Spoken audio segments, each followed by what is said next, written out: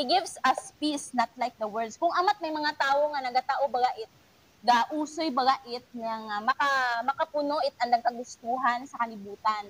May una nga kung may problema hay gaagto sa mga bar, gapahilong, di ba? May mga problemado nga tao nga gapahilong. May mga problemado nga tao nga worst hay gapakamatay. Abot ang makaron nga balita nga nagapakamatay dahil aron sa sobrang stress, sa sobrang depresyon nga nagaabot sa nangakabuhi.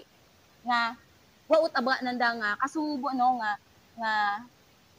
may uwa gid aba nag-advise kanda or wa ba na naging usoy ro matuod nga kapayapaan nga una malangali makita sa aton nga Ginoo.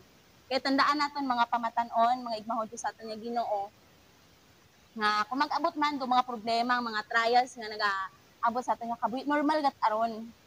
Pero tandaan naton nga hindi naton doon pag-usoyon sa kalibutan.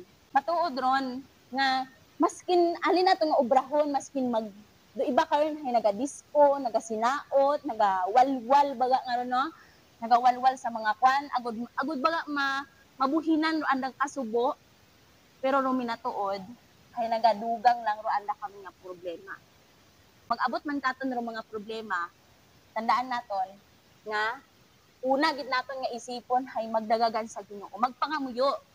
Dapat ay tanan kita antigo magpangamuyo. Ruyon yang gid do aton nga kalasag. Ruyon yang gid do aton nga shield. Agud labanan naton ro mga problema nga ron nagaabot sa aton nga kabuhi.